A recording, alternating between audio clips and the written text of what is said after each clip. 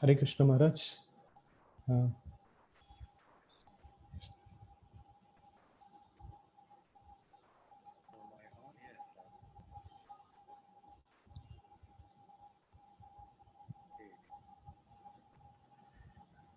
Hare Krishna Maharaj. Dandavat Pranam Maharaj. Maharaj, your voice is not audible. Can you hear me now? Can you hear me? No, Maharaj.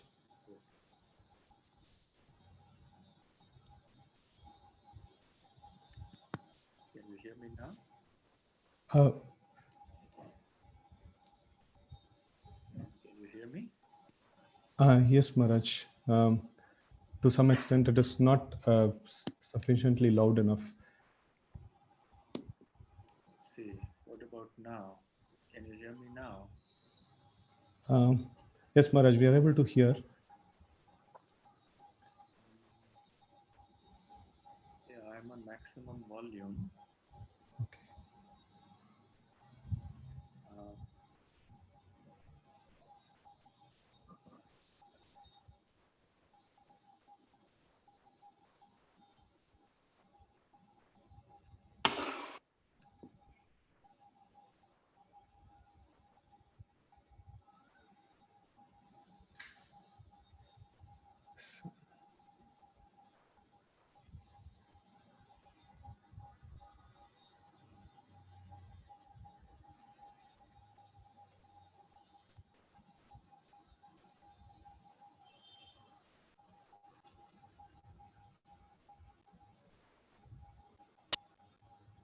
Hare Krishna.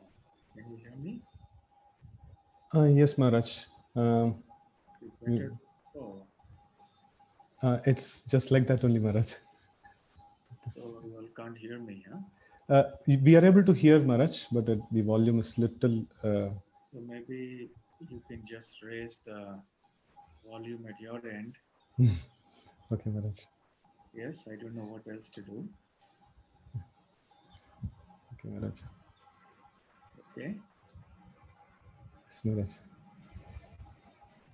So we can start, Maharaj. Just a minute, Maharaj. Like I'll just. No, it's our great fortune to have His Holiness Bhakti Rasamrita Maharaj today with us. And no, actually, Maharaj inaugurated our center, and every year during Narsimha Chaturdashi, like Maharaj visits Bangalore, and he has been coming to our center for a few years. And it's our great fortune again to have Maharaj with us. So we will hear from Maharaj today. Hare Krishna Maharaj. So it's Hare on. Krishna. Hare Krishna.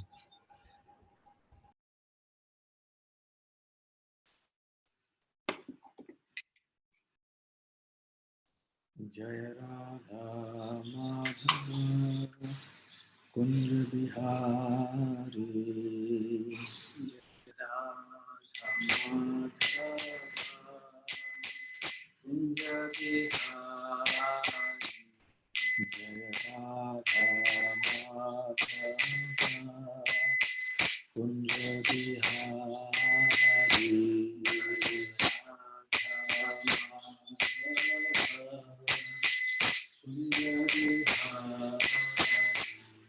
Jai Gopi Jana Vallabha Girivaradhari Gopi Jana Vallabha Girivaradhari Jai Gopi Jana Vallabha Girivaradhari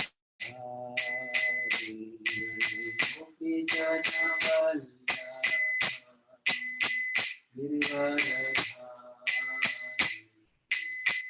Yashodanandana Braja Janaranjana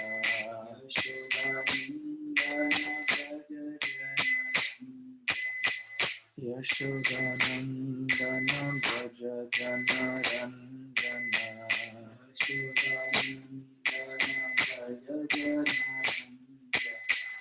Yamuna Tira Vanachari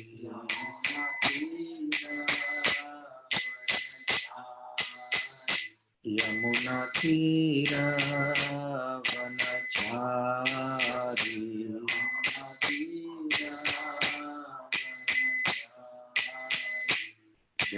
Radha Madhav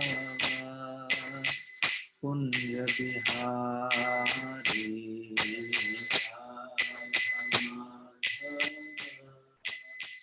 Kunj Bihari जय श्री कृष्ण चैतन्य प्रभु नित्यानंद श्री अद्वैत गदाधर श्रीवासदि गौर भक्तवृंद श्री कृष्ण चैतन्य प्रभु Nityanand Shri Advaita Gadadhar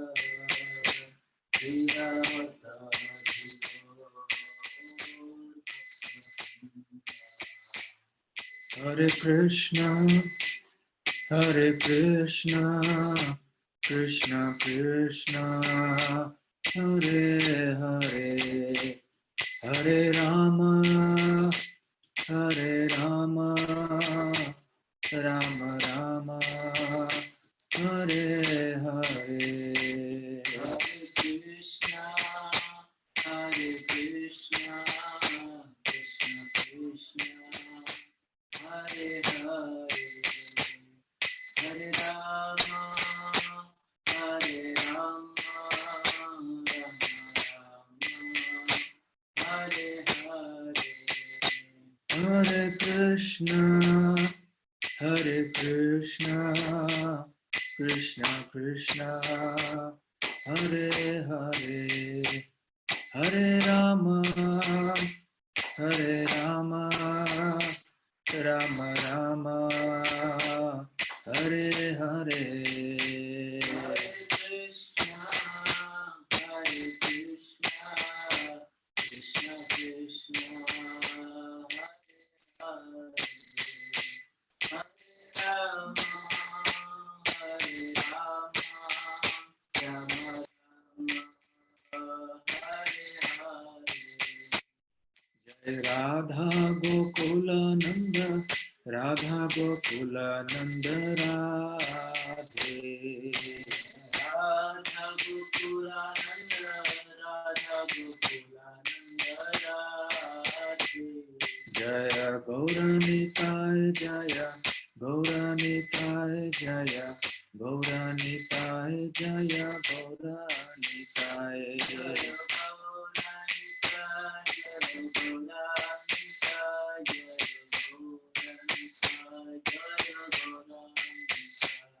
Jaya Jagannath Jaya, Jagannath Jaya, Baladeva Jaya Subhadra. Jaya Jagannath Jaya, Jagannath Baladeva Jaya Subhadra. Jaya Jaya Prabhupada, Prabhupada, Prabhupada, Jaya Jaya Prabhupada, Jaya Prabhupada, Prabhupada, Prabhupada, Nitai Gaura Hari Bol, Hari Bol, Hari Bol, Nitai Gaura Hari Bol, Hari Bol, Hari Bol, Hari Bol, Hari Bol. Jai Om Vishnupad Paramhansa Parivrajakaacharya Ashtottara Sat. His Divine Grace Abhay Charanar Vinda Bhakti Vedanta Swami Srila Prabhupada Ki Jai. Ananta Koti Vaishnava Vrinda Ki Jai. Namacharya Shri Haridas Thakur Ki Jai. Prem se kaho Shri Krishna Chaitanya Prabhu Nityananda Shri Advaita Gadadhar Sivasadi Gaura Bhakta Vrinda Ki Jai.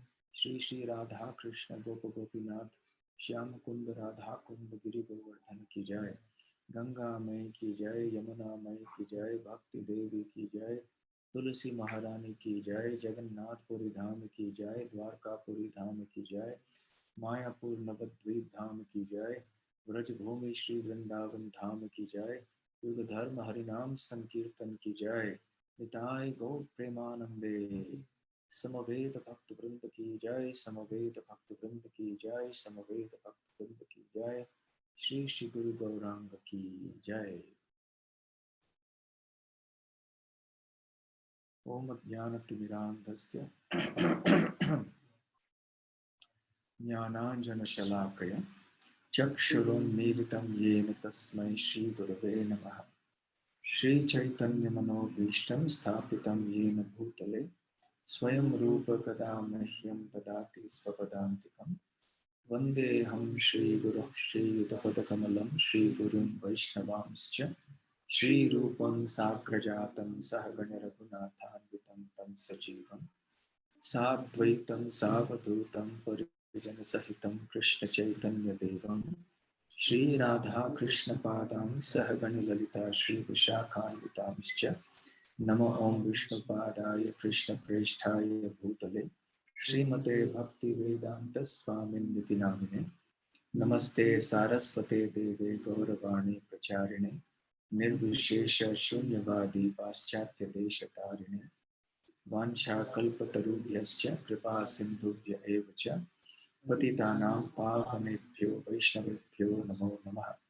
जय श्री कृष्ण चैतन्य प्रभु नित्यानंद, श्री अद्वैत गदाधर शिवासादि गौर भक्त वृंद, हरे कृष्ण कृष्ण कृष्ण हरे हरे, हरे Ram Ram Ram Hare Hare. Hare Krishna.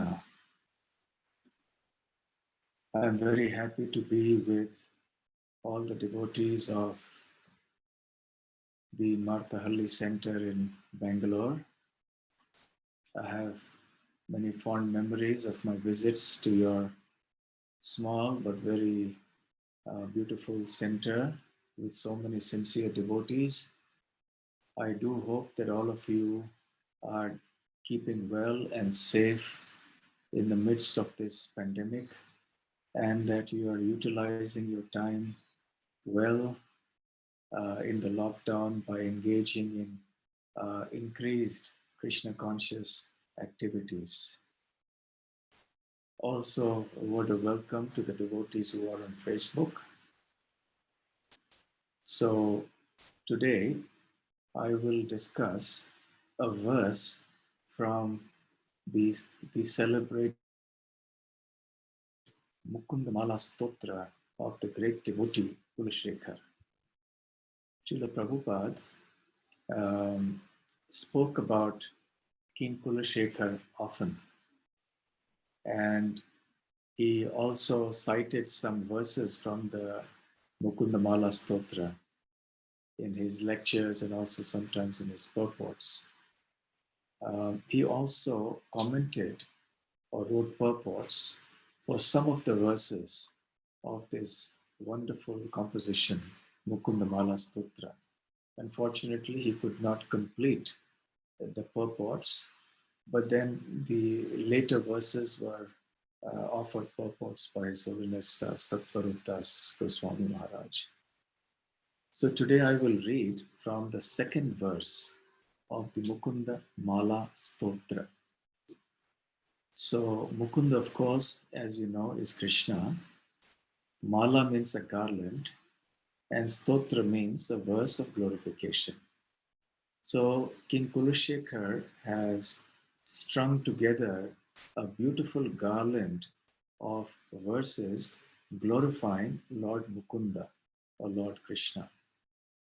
So each of these verses is full of devotion and rasa and full of nectarian transcendental mellow.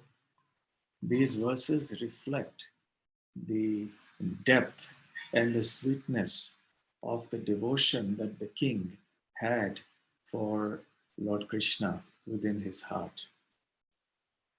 So the second verse is as follows.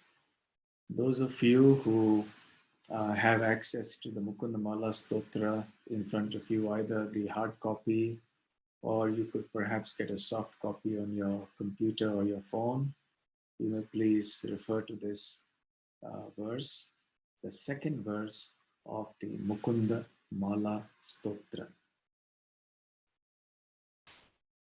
Jayatu Jayatu Devo Devakinandanoyam Jayatu Jayatu Krishno Vrishnivansha Pradipaha Jayatu Jayatu Megha Shyamalah Komalango Jayatu Jayatu Prithvibharanasho Mukundaha.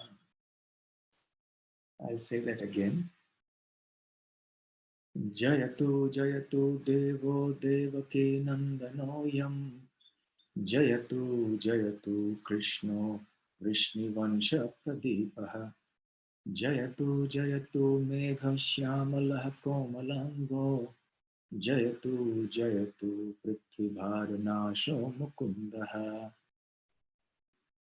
Srila Prabhupada's translation. All glories to this personality of Godhead, known as the son of Srimati Devaki Devi. All glories to Lord Sri Krishna, the brilliant light of the Vrishni dynasty. All glories to the personality of Godhead, the hue of whose soft body resembles the blackish color of a new cloud. All glories to Lord Mukunda, who removes the burdens of the earth.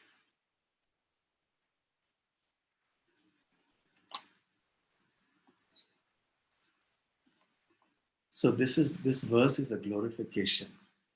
The word Jayatu Jayatu indicates all glories to, all glories to. So in the 4 lines of this verse, King Kulashekara has glorified different aspects of Krishna's personality or nature or qualities. And each time he begins by saying Jayatu Jayatu, all glories, all glories. So the process of glorification of the Lord is the standard method for developing and furthering our pure love of God. And the glorification of the Lord is called Kirtan. So Kirtan means the broadcasting or the repetition or the chanting of the Kirti or the glories of the Lord. So the glories of the Lord are variegated in nature. So they are found in his the description of his qualities, his transcendental sublime qualities.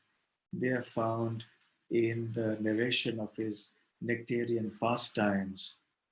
They are found in the descriptions of his abode and of his pure devotees, and also principally in the chanting of his names. After all, what are the names of Krishna? And this is a topic that is quite connected to the verse today. The names of Krishna are nothing but the glorification of Krishna. Because every name of Krishna has a meaning. You know, names must have meanings. Today, one finds that there are many instances in which parents give their children names that have absolutely no meaning.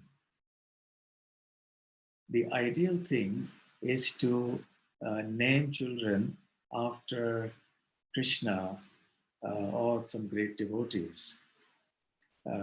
However, if that is not done, at least it should be something that is culturally a little sublime, you know, that indicates some nice quality or something like that. But if you give a name that is absolutely meaningless, then that doesn't make any sense. Also, the important reason for naming children after Krishna is because not only the family members, but so many other people who know that person will repeat the name of the Lord again and again and again throughout the lifetime of that person and even later. So therefore, the names of Krishna are very meaningful. And what do they mean?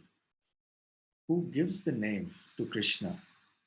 Generally, the names are given by our elders, mostly our parents, and maybe other elders in the family and so on. So, Krishna is the father and mother of all living entities.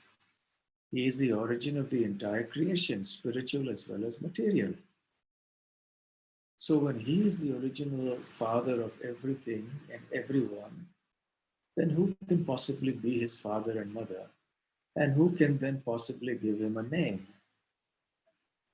But Krishna is not just an emotionless, um, mellowless, relationship-less absolute truth. He is called Akhila Rasamrita Murtihi by Srila Rupa Goswami in his Nectar of Devotion of Bhakti Rasamrita Sindhu. Akhila Rasamrita Murti, the word Murti indicates the form. So Lord Krishna is a form of what? Amrita Murti, of nectar. What is that nectar? What kind of nectar is it? Rasa. It is a nectar of transcendental mellows, of the transcendental bliss that is derived from spiritual relationships of love on the spiritual realm. And there are many such rasas. So the word Akhila indicates the completeness of all the possible transcendental mellows that the Lord experiences in relation with his pure devotees. So therefore he's called Akhila Rasamrita Murtihi. So each of his names reflects either some pastime of Krishna or some quality of Krishna, etc. For example, Krishna is called Bhakta Vatsala. So it is a quality of Krishna that indicates that he is very affectionate to his devotees. Or Krishna's name is, let us say, Mukunda, because he grants liberation to his devotees. Krishna is called Shyama Sundara because he has the quality of the beauty. And this we'll discuss in the verse as we go on. He's called Gopal because his pastime, his eternal pastime, is of tending the cows. So in this way, Krishna has infinite transcendental pastimes and activities. He has infinite transcendentally beautiful qualities. And therefore, naturally, he has an infinite number of names, each of which are transcendentally relishable by the pure devotees.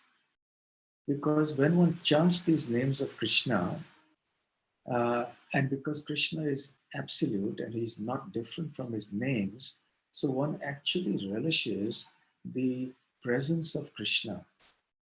And one can also, by understanding and reflecting on the meaning of the name of Krishna that one is chanting, one can also experience some happiness, some transcendental happiness.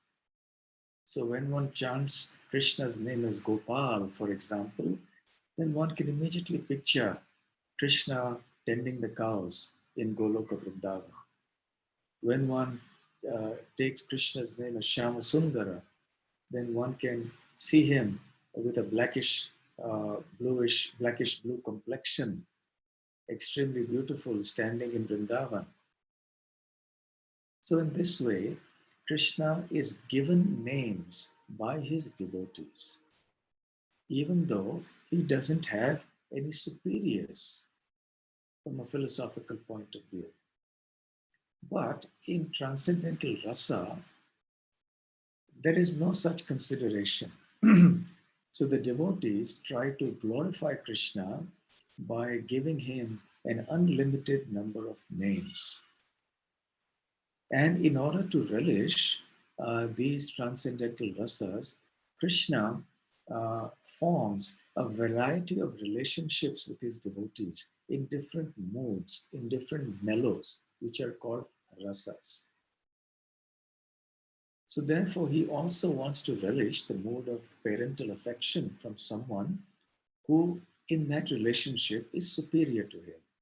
Even though from one point of view, nobody can be superior to Krishna, but Krishna loves to have his pure devotees in a position superior to himself. And then he loves to be admonished by these superiors.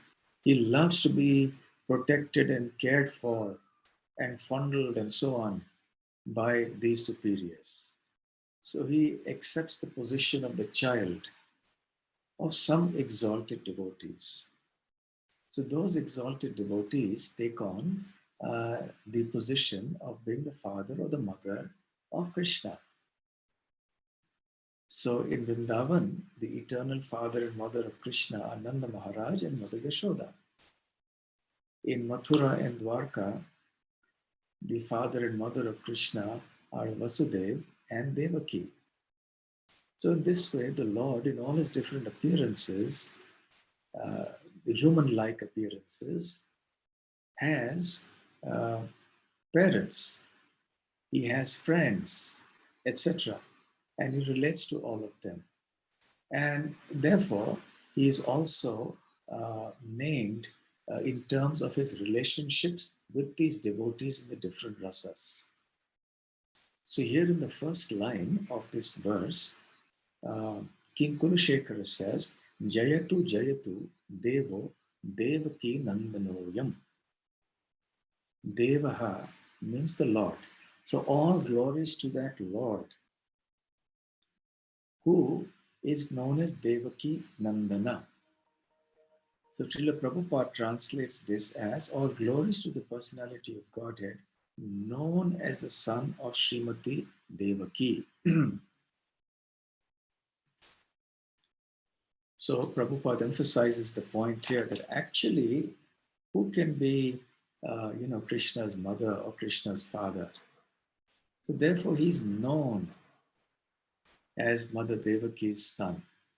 There's a beautiful part in the purport which I would like to cite here. One may ask, Srila Prabhupada says, since the Supreme Lord is the original father of all living entities, how could a lady known as Devaki give birth to him as her son? And then Prabhupada says, the answer is that Devaki no more gave birth to the Lord than the eastern horizon gives birth to the sun. In other words, the horizon doesn't give birth to the sun. The sun appears at the eastern horizon at some point in time for a person located at some point on earth. For other people on earth, the sun is not rising at the horizon at that precise moment. The sun is elsewhere as far as that other person is concerned. But after some time, then the sun rises for somebody at some other point on earth. In this way, it is a question of perspective. The sun is in its own place in the universe. The sun is not born from the horizon. So similarly, Krishna is eternally in Goloka Vrindavan, and he repeatedly manifests within the material world on the horizon, so to speak, and appears as the son of Mother Devaki or as the son of Mother Yashoda. So Prabhupada continues the purport and says, in the same way the Lord exists, but for his pastimes as a human being, he seems to take birth like an ordinary child, just to make his pastime of appearance uh, and his childhood pastimes more relishable for himself and for his devotees. He takes on this role. He accepts parents. So he becomes completely dependent on his parents, just as any child would be dependent on its parents. And similarly, the parents being completely overwhelmed by Yogamaya, they also think of Krishna as their son. And they also look after him, care for him, protect him, feed him, clothe him, as if he were just another child. In the end of the 10th canto of the Srimad Bhagavatam, the last chapter, there is a very famous verse that Shukadev Goswami speaks. We don't have time to go into the entire verse, but I'll just chant the first line. Jayati Jayati Jay. Sorry, there's a train that's going by here. We are near a railway station. Jayati Jananivaso Devaki Janmavado Yaduvar Parishad Swerdo Velasena Dharmam Sthirachara Vijinagnaha Susmita Shri Mukhena Brajapura Vanitanam Vardhayan Kamadevam. So in the first line of this verse, he says, Jayati Jananivaso Devaki Janmavado. He says, all glories to that Supreme Personality of Godhead who is Jananivasa. Nivasa means a shelter or refuge. So all glories to that Supreme Personality of Godhead who is a refuge of all the jana, of all the people, all the living entities of this world. He is known Devaki Janma Vada. Vada means there is a kind of a, shall we say, an opinion. So it is opined. So it is said that he took birth from Devaki. Devaki Janma Vadaha. Janma means birth. So it is said that he took birth from Mother Devaki. So again, a similar thing, that actually who can be Krishna's mother or father? So therefore it is said. So Krishna accepts this position for the sake of his pastimes. So this is how we can understand the term Devaki Nandanoyam. Jayati Jayati Devo Devaki Nandanoyam. So all glories to Krishna, who is the son of Mother Devaki, who is known as the son of Mother Devaki. Then next, Kulashekara says, Jayatu Jayatu Krishna Vrishni Vansha Pradipaha. So, Vrishni Vansha, the Vrishni dynasty, is the dynasty in which Krishna appeared. And Pradipa means the light. So he is the light of the of the Vrishni dynasty.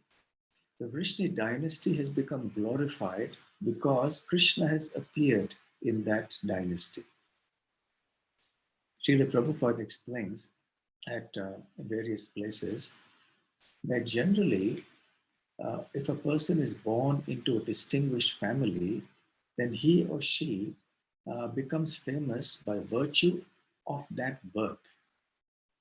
Even before that person has grown up enough to display any extraordinary activities and become famous in his or her own right, that person becomes already celebrated because of having taken birth in that illustrious family.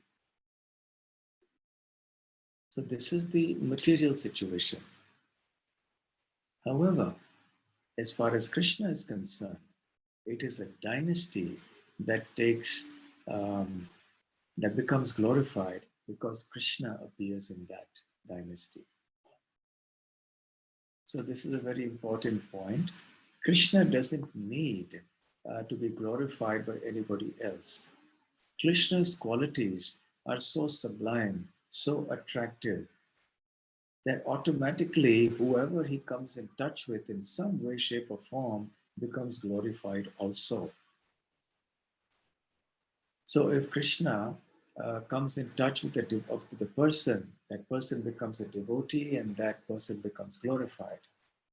If Krishna touches a particular place, that place becomes glorified and is known as a holy place. So this way, if Krishna appears in a certain dynasty, then that dynasty becomes glorified.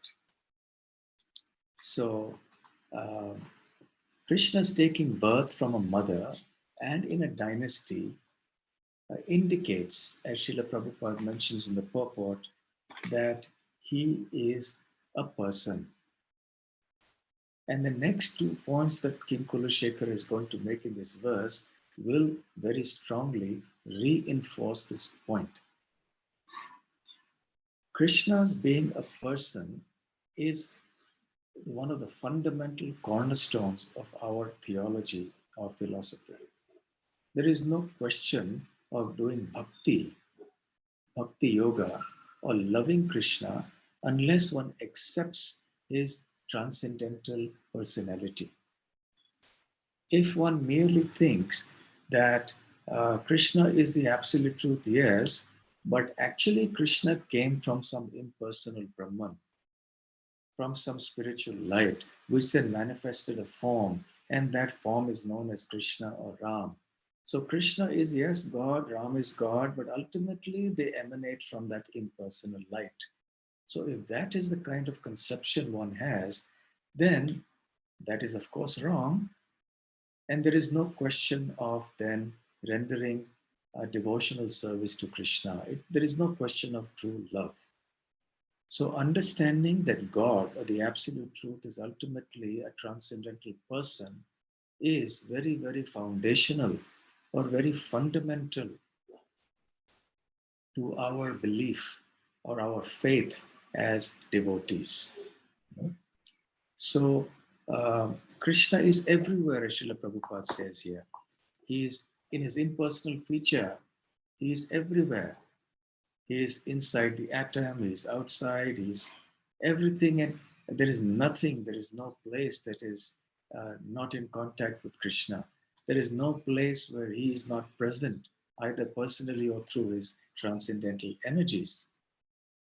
Srila Prabhupada refers in his purport to some misconceptions that many people have about Krishna. He says, there are some people who take him to be a superhuman being born with a material body. So what is the mistake these people make? First of all, they think that he has a material body. And since he is doing some extraordinary activities, he must have had some superhuman powers. But he's nevertheless a human being, and he has a material body. But he's superhuman. Some kind of a Superman, an ancient version of a Superman. That is their conception. That is naturally wrong. Another conception that Srila Prabhupada talks about here is that they think of him as a historical person, yes, but he is worshipped as God. So it is the worshippers of that person who elevate Krishna from the status of a human being to the status of being God. Under the influence of, Srila Prabhupada says, anthropomorphism or zoomorphism. Anthropomorphism means to impart divinity to some human. Or zoomorphism is to impart divinity to some animal. Of course, we know that the Lord comes as Shukara. He comes as the tortoise also. Shukara means the boar. He comes in the form of a boar. He comes in the form of a tortoise, as a horse, as a swan, sometimes as a half lion and a half man. So he comes in all these different forms. And he also appears in fully human-like forms. So there are people who argue that because the devotees of Krishna believe all these forms are Krishna, so that is a kind of an anthropomorphism or a zoomorphism, which means actually Matsya and Kurma, etc., they're just animals and fish and so on, but they have been elevated to the status of God by these devotees. Similarly with Krishna, Ram, and so on. And there are, of course, innumerable other misconceptions about Krishna. So Srila Prabhupada says, it is only persons with a poor fund of knowledge who think like this. It is because of their not understanding true spiritual knowledge that they think like this. It's a very long purport, so I will not have time to discuss the whole thing. And then he comes again to Vasudeva and Devaki and says, they are the confidential devotees of the Lord in the mood of parental love. Even greater than them are Nanda and Yashoda, his foster parents in Vrindavan. The Lord takes great pleasure in being addressed as Devaki Nandana, the son of Devaki, Nanda Nandana, the son of Nanda, Yashoda Nandana, the son of Yashoda, Dasharathi, the son of King Dasharath, Janaki Nath, the husband of Janaki, and so on. And this is the important point. Please hear this. The pleasure one gives the Lord by addressing him by such names is many, many times greater than the pleasure he enjoys when he is addressed as the Supreme Father, the greatest of the great, Parameshwar, or anything of that nature, which indicate volumes of awe and veneration. Therefore, the names King Kulashekar uses to glorify the Lord in this verse indicate his intimate transcendental relationship with the Lord.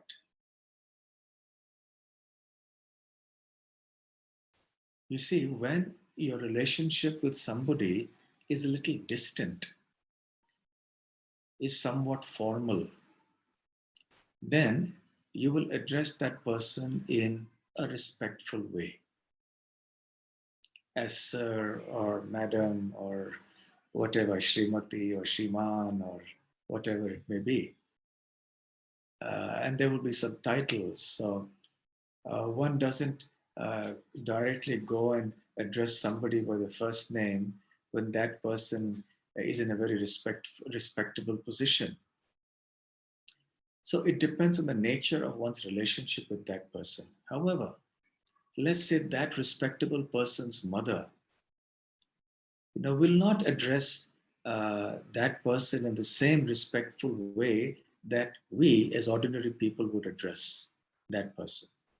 She will address him as she has always addressed him, as her son. Similarly, the children or the friends and the wife and so on, they will address him in a different way because they have a more personal and a more intimate relationship with that person. So Srila Prabhupada is indicating here that the fact that King Kulashekar is addressing the Lord by such intimate names in terms of his transcendental relationships with his pure devotees indicates that King Kulashekar also had that kind of an intimate relationship with the Lord. That is why, instead of glorifying the Lord merely as the Father of the creation or as the Lord of all, the mightiest of the mighty, and so on, he's addressing Krishna by these more personal names.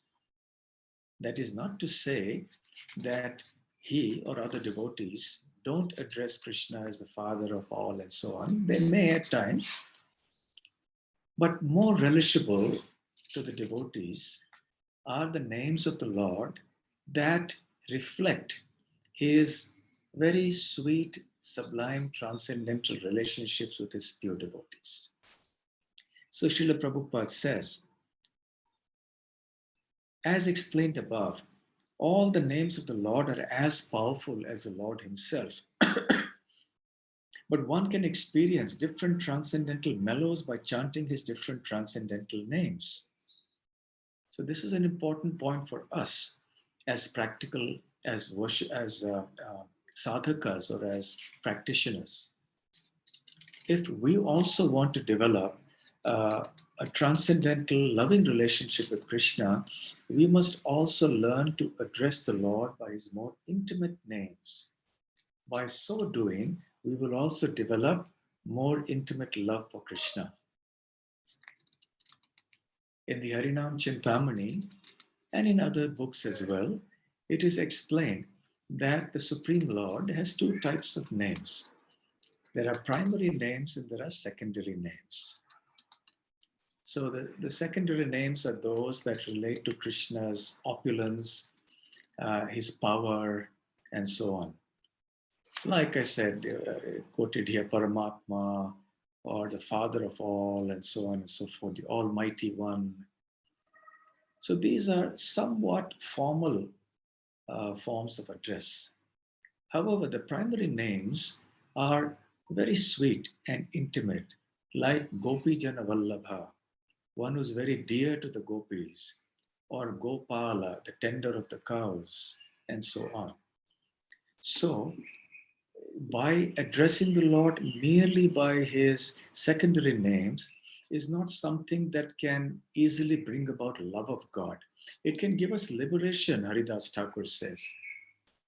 But if one wants to go even beyond liberation and come to the platform of pure love of God, which is the perfected stage of liberation, then one should practice and become perfect in the art and method of reciting and chanting and remembering the, the primary names of Krishna, which are connected to his beautiful nectarian pastimes in Vrindavan, especially, and also those that reflect his intimate relationships with his devotees.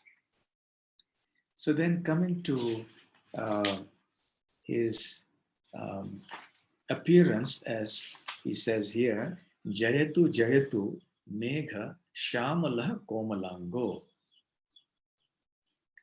So all glories to that Supreme Lord who's Megha Shamala Komalango. Anga, he has an anga, he has a body, first of all. And that body is Komala, it is tender. It is not hard and tough like, let's say, a muscular bodybuilder or something like that. In the early days of the movement, when Srila Prabhupada asked his disciples to paint those devotees who were skilled in painting, and one of the devotees started painting Giridhari, Krishna lifting the Govardhan hill, and this devotee, who was very new at that time, assumed in her mind that if someone has to lift the Govardhan hill, which is a mountain, so he must be very powerful.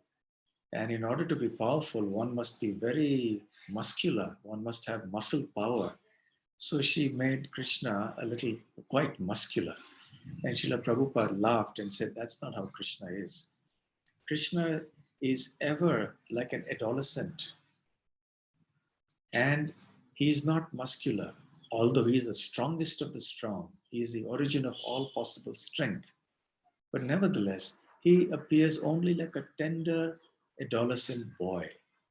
His body is also soft and tender, komalango. And what is the color of his body? Megha Shamalaha. Shamala refers to something that is darkish, blackish. What kind of darkness or blackness is referred to here? Megha. Megha means a cloud. What kind of a cloud?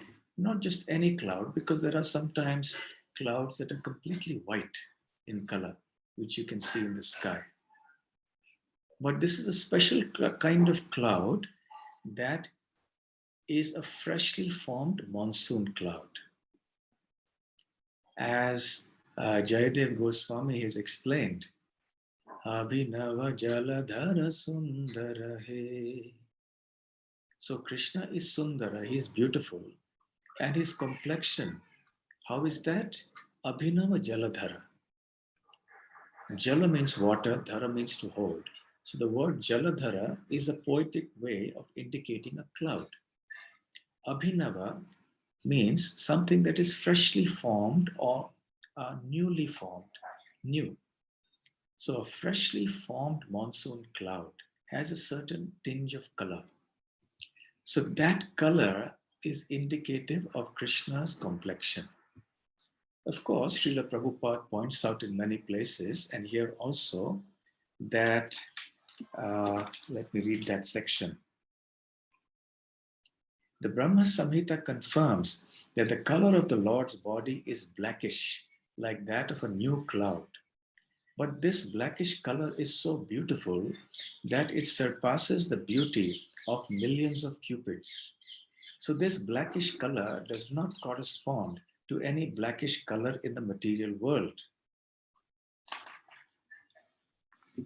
So on one hand, we are told, and Prabhupada mentions here, that Krishna's complexion is like the blackish color of a new cloud. And then he says that it does not correspond to any blackish color in the material world. So how are we to reconcile these two apparently conflicting statements? And the answer is that there is something called a figure of speech in English. And in Sanskrit, there is a word called Shakha Chandra Nyaya. Srila Prabhupada explains this as follows, that when a mother sometimes wants to point out to her baby, her child, the moon, and the child is looking here and there in the sky and can't figure out. So the mother goes to a point where the moon is visible between two branches. And then she points out and says, look between these two branches, there is the moon. Now, actually, the moon is not within the two branches. The moon is very far away. But for the sake of convenience, so that the child may understand and see, she points it out like that. So similarly, these analogies, these figures of speech that appear very often in devotional literature in Sanskrit are meant to be indicative, because we only have experience of this world. We do not have any living memory of experience of this, of any other world. So therefore, if we are to understand something beyond this world, all we have with us is examples and analogies of this world. So we get some indication. We don't get a complete picture or a realization, but we get some indication. That is the point. So therefore, we have to understand both these things together, that Krishna's complexion is that, like that of a freshly formed monsoon cloud. And we simultaneously have to understand that this blackish color of Krishna is not like the blackish color in this world. It is a transcendental blackish color, something that we will actually experience only when we reach a certain very, very exalted state of Krishna consciousness.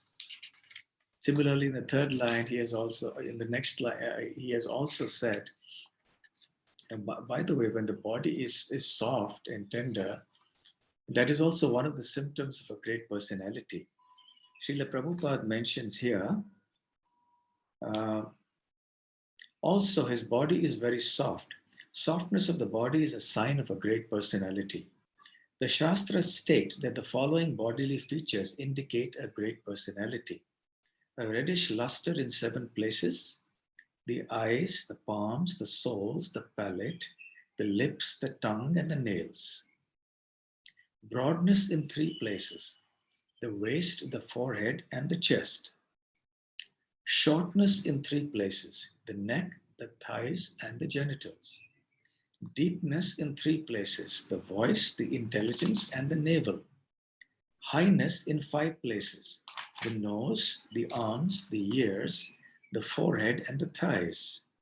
And fineness in 5 places, the skin, the hair on the head, the bodily hair, the teeth, and the fingertips. All these features are present in the body of the Lord. So then Prabhupada concludes by saying, such descriptions of the Lord are not imaginary. Rather, they are the statements of those who have seen the Lord with supernatural vision. This supernatural vision is bestowed upon devotees like Brahma and upon those who follow the footsteps of pure devotees like him. But upstarts and unbelievers cannot have access to this transcendental vision, for they lack the required submission to the will of the Lord. So very, very beautifully explained by Srila Prabhupada. In the last line of the verse, of course, King Kulashekar says, Jayatu Jayatu, Krishna, he says, Prithvi Bhara Nasho Mukunda. He is Mukunda, the deliverer of liberation, and he's Prithvi Bhara Nasha. Prithvi means the earth, Bhara means the burden of sinful people, the burden of sins, etc. And Nasha means destroyer. So he is the destroyer of all the sinful elements. So in the other verse that I quoted, Jayati Janani Vaso Devaki Janma Vadam Yaduvara Parishat Swayar Dorbir Asyanna Dharmam. So the Swayar Dorbir Asyanna Dharmam means, adharmam means that it refers to people who are adharmic, who are irreligious, who are miscreants, who create a disturbance on this planet. So what does he do? Swayar Dorbir Asyan, he subdues or destroys such mischievous elements who create a disturbance in the society with his mighty arms. So in that sense, he's also the destroyer of the mischievous elements on the earth. Srila Prabhupada there also mentions that the arms of Krishna can also indicate his agents and his pure devotees and representatives like Arjuna. For example, in the battlefield of Kurukshetra, it was Arjuna who got the credit for being such a valiant warrior. And he was, in large part, responsible for the victory of the Pandavas in the battle. Ultimately, of course, it was Krishna, but Arjuna played a very crucial role in the battle and in the victory of the Pandavas eventually. So, Asena Dharmam, this destruction of the sinful people and the reduction of the burden of the earth is accomplished sometimes by Krishna with his own hands, Swaidolbir, and sometimes through the instrumentality of his great devotees and representatives. In this way, Krishna comes time to time on this earth personally, and sometimes he empowers his devotees to perform these acts on his behalf. And in thus, he reduces the burden of the earth and creates a favorable situation for those who are submissive to his will, who abide by his orders, and who devotedly serve him with great love. So in this way, King Kulashekar has glorified Krishna in this beautiful verse. So it is 10 o'clock, so we'll stop here. Are there any questions? You can type your questions so that I can read them here.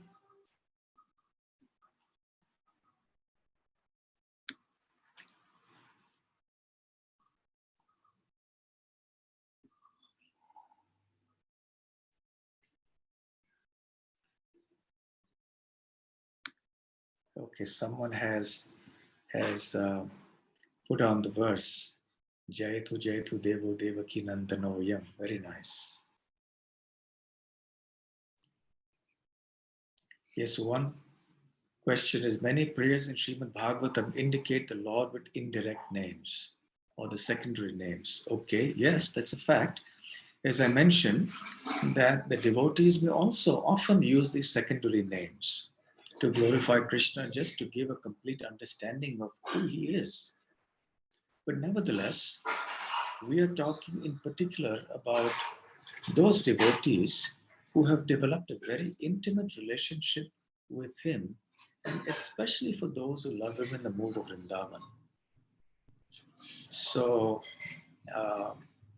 in the Srimad Bhagavatam, it is majorly in the 10th canto that, in a certain portion of the 10th canto, that we see the pastimes in the mood of Vrindavan being described. It is in Vrindavan that the relationships of the devotees with Krishna are the sweetest and the most intimate. And therefore, the predominance of these primary sweet names are to be found in relation to Vrindavan and the devotees who love Krishna in that mood, or who wish to love Krishna in that mood. Devotees who love Krishna in the moods of Vaikuntha, Dwarka, and so on, they will naturally have a predominance of names that may be a little formal or may be related to the material world in terms of creator of the world and so on. And in most devotees, there will be a mixture of both. So your question is, should we choose some prayers or pray all of them? Certainly, because the Srimad Bhagavatam is our ultimate scripture. So definitely we can and should recite all these prayers. But as followers of Sri Chaitanya Mahaprabhu, we can also give special emphasis to the mood of Vrindavan and the prayers and the names that are in connection with Vrindavan. Okay? Okay, the next question is, can devotees recite the Krishna Ashtottaram daily as they talk about all the names related to Krishna's pastimes? Or is there a better way to remember his pastimes daily? Well, definitely one can recite any of the names, bona fide names of Krishna, uh, wherever they may appear. But our special uh, preference is for those prayers and those names that have been especially recommended to us by Sri Chaitanya Mahaprabhu and our Parampara, and especially Srila Prabhupada. And so, whilst we can certainly by all means recite these other names and other prayers, our focus should be on these prayers, the other prayers that I mentioned.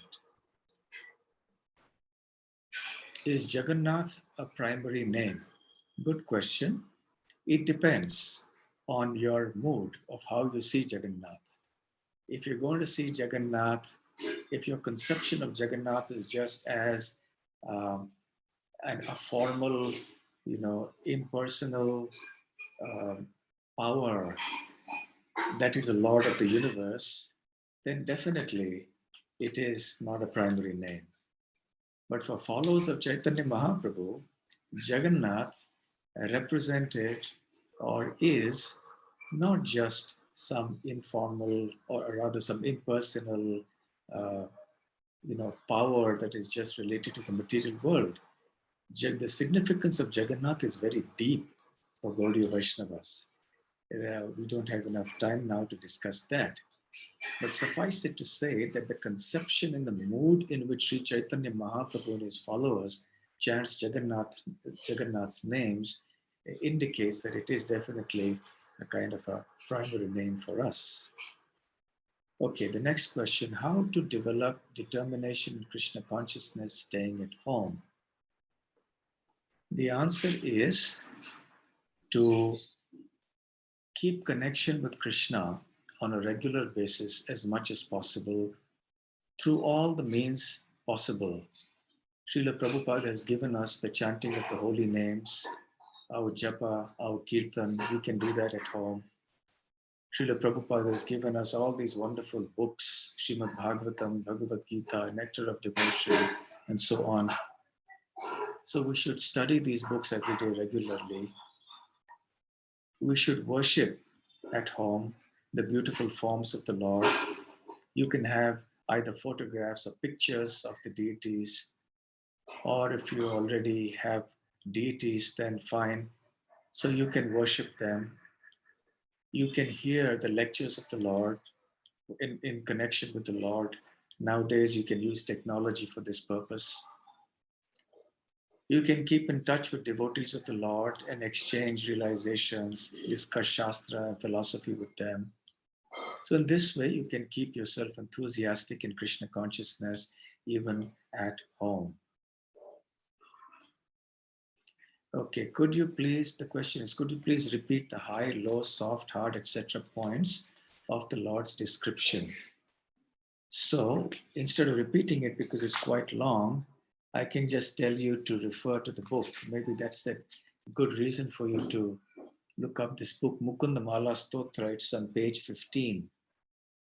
It is somewhat towards the end of Srila Prabhupada's purport. So you look there and you'll find the description there.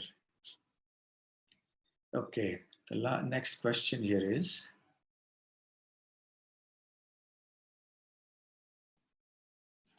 when one is trying to get connected with Lord Krishna, why is the mind getting diverted? The answer is because the mind has been accustomed for so many millions and millions of lifetimes to being diverted, to not being focused on Krishna. So old habits die hard. And these habits have formed not just for a few months or years, but for millions of lifetimes. So naturally, it is hard for the mind to suddenly change and become focused when we try to discipline it.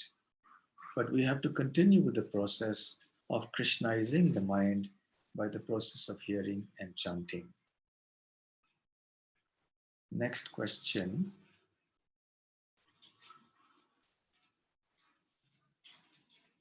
In Srimad Bhagavatam, generally elevated devotees worship Vishnu and not Krishna, like Prahlad Maharaj. Even Devaki and Vasudev did tapasya for Vishnu. Are they not aware that Vishnu came from Krishna? How to understand this? As I explained earlier, there are different modes that different devotees embody. Those devotees who have a relatively distant uh, understanding of Krishna, they will address Krishna and relate to him in a slightly formal way. So Vishnu or Narayan in Vaikuntha is the slightly formal, or you could say an official form of the Lord. Not really official, but in the sense that the devotees they worship him with awe and veneration. In Vrindavan, however, this awe and veneration is absent because the devotees there are very intimately related and have a very sweet personal relationship with him. So it is only in Vrindavan Leela that one finds connection with Krishna in this mood. In the first 9 cantos of the Srimad Bhagavatam, there is mostly just Vaikuntha mood. Now that's not a bad thing. Let's not misunderstand uh, uh, Vaikuntha to be bad. It's supremely pure. It is so exalted. It is a place of pure devotion. We are only talking in relation to Vrindavan, which is even more supreme, even more perfect. Vaikuntha is perfect. Dwarka and Mathura, they are more perfect. And Vrindavan is most perfect, as per Sri Chaitanya Mahaprabhu's teachings. So Vaikuntha is indeed perfect, but the mood there being in awe and veneration, that mood is reflected in the first 9 cantos, even in prayers of Prahlad Maharaj and Bhishma and Dhruva Maharaj. These are all devotees in the Vaikuntha mood. So their affinity is for Lord Narayan. So therefore they will pray like that. Okay, the next question. If Brahma is Jiva Tattva, then how does he create sons without accepting a female counterpart? Well, you see, Brahma is a Jiva, yes, but he's not an ordinary Jiva like us. He is an immensely powerful, empowered, capable, and intelligent Jiva. He is the most intelligent Jiva in the whole universe. He is especially empowered by Krishna. And he is the one who is directly born of Krishna. So he is called Swayambhu. He is one who did not have a mother, material mother or father, Brahma himself, because he's born from the lotus that comes out of the stem that emanates from the navel of the Lord Vishnu. So he's a very special personality. He doesn't have an ordinary father and mother like we do. So therefore, his father, Lord Vishnu, Lord Krishna, empowers him with such capability and with such a kind of a body, which even the material is extremely, shall we say, extraordinary. It is capable of doing things that our gross body on the earth planet is incapable of doing. So therefore, Brahma is able to generate personalities from his mind and from the various parts of his body, because his body is extremely subtle and fine, and it has the capability to do all these things. Okay?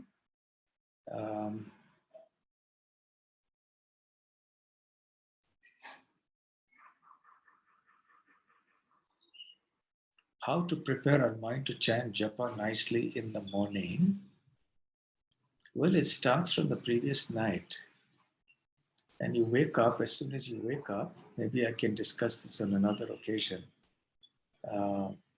what to do immediately upon waking up. Well, one must chant Krishna's names, and immediately after rising early in the morning, one must chant Krishna's names and then take a bath and then start doing one's japa with attention. So I pray to Krishna very fervently in order to be able to chant properly. Is Queen Kunti also in the Vaikuntha mood? Also the Pandavas? Yes, they are in the Dwarka mood. Dwarka is somewhat in between Vaikuntha and Vrindavan. There is more sweetness than Vaikuntha, but less sweetness than Vrindavan. Okay? So, all right. So, I think we will stop here. And best wishes to all of you, whether those who are on the Zoom from Bangalore, and also for those who are on the Facebook.